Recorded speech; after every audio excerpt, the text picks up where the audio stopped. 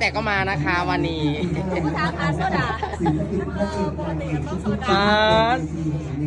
ปกติต้องมีโซดาหวานเวอร์วันนี้แบบหวานมากโซดาไม่พอก็ต้องมี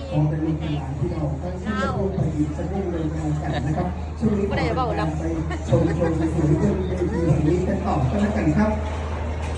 จากเด็กสาวอำเภอชัยวานลูกบ้านป่า